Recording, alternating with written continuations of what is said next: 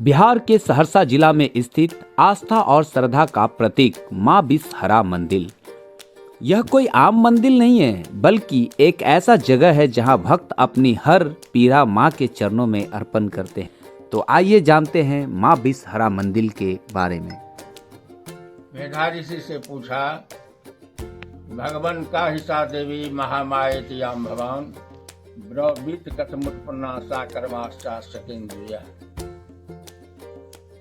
आप जिसको कहते हैं महामाया भगवती जिसको कहते हैं, वह कौन है, कैसे उसकी उत्पत्ति हुई, कैसे जन्म हुआ?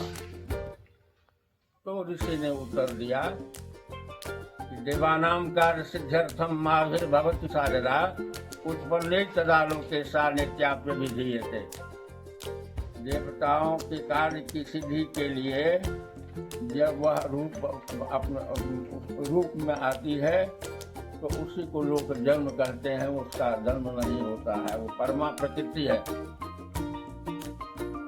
और जिसके द्वारा इसमें लिखा है, क्या कहते हैं, मार्कंडेय पुराण में लिखा है, हेतु समस्त जगताम जगनापि दोषैर न ज्ञाय से हरिहरादि विरत पारा सर्वाश्रयाखिलमिदं जगदंश भूत मव्याकृता ही परमा प्रकृति समाधिया। वह इस जगत का कारण है, परमा प्रकृति है, उनका पार कोई नहीं पा सका। और आज जो संसार में जो मंदिर की संरचना पारंपरिक हिंदू स्थापित कला का सुंदर उदाहरण है। गर्भगृह में स्थापित मां बिसहरा की प्रतिमा एक सुंदर पत्थर से निर्मित है।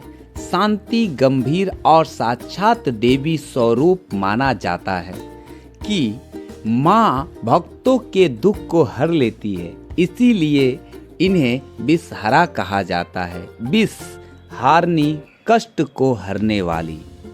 तो बने रहिए हमारे साथ और जानते हैं मां की विशेषता, साथ में मंदिर की खासियत पुजारी जी के माध्यम से।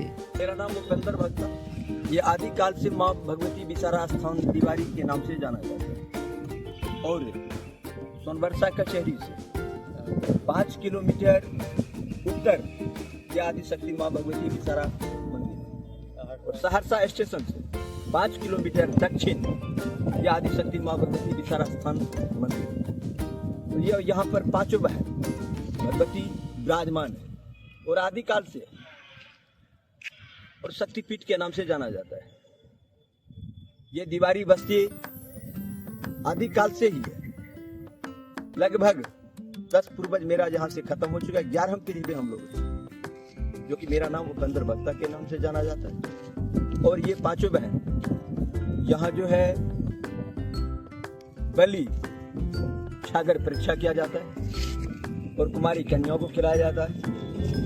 और यहाँ विवाह कन्यादान भी होता है और मुंडन भी होता है।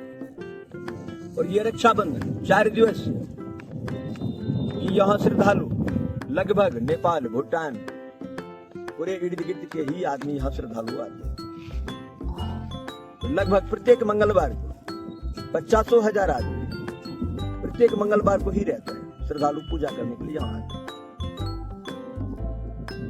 कहा जाता है बाबा कि प्राचीन काल में इस मंदिर के किनारे से एक नदी बहती थी। उस नदी का प्राचीन काल से जो है पूरब की साइड से परमानंद नदी के नाम से जाना जाता है, जो कि आदिकाल से ये परमानंद नदी बहुत कमल का फूल यहाँ फुलाया जाता है।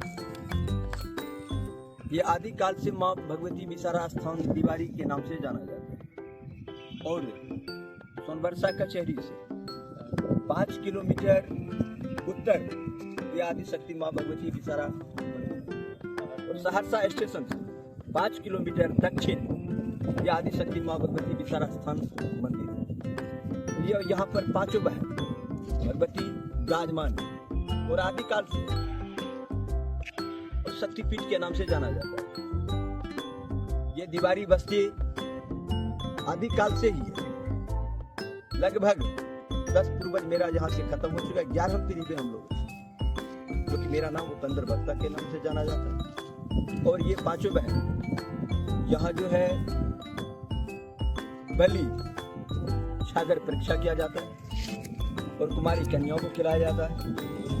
और यहाँ विवाह कन्यादान भी होता है और मुंडन भी होता है।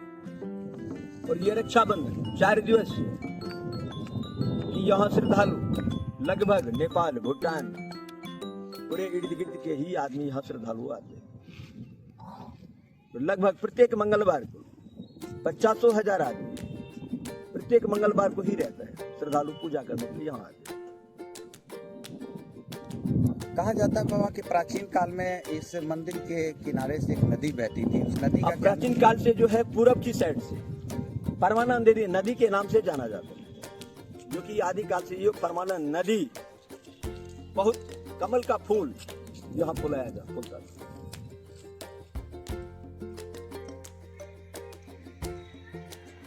माँ का यह स्वरूप देख मैं बहुत खुश हुआ।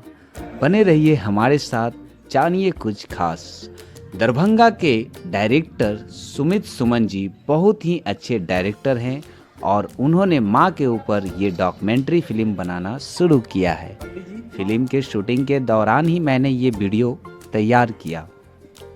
सुमित सुमन जी दरभंगा के बहुत ही अच्छे डायरेक्टर हैं जो हमेशा अपने मिथिला के धार्मिक स्थानों पे डॉक्यूमेंट्री फिल्म और फीचर फिल्म बनाते रहते हैं। कुछ दिन पहले ही हमने उनके साथ मिथिलांचल में एक बहुत ही अच्छी फिल्म बनाई है जिसका एडिटिंग चालू है। तो बने रहिए हमारे साथ और देखिएगा कुछ खास धार्मिक चीज़ों पे। माँ की एक अलग ही कहानी है। वहाँ के स्थानीय लोगों से माँ के बहुत ही खास बात पता चला। विषहरा मंदिर की एक अजब ही कहानी है। मंदिर के सामने एक प्यारा सा तालाब है और तालाब के बीच में हमारे भोलेनाथ जी। सुमित सुमन जी की एक अलग ही खासियत है, वो हमेशा कोई भी फिल्म अपने धार्मिक चीज़ों पे बनाते रहते हैं।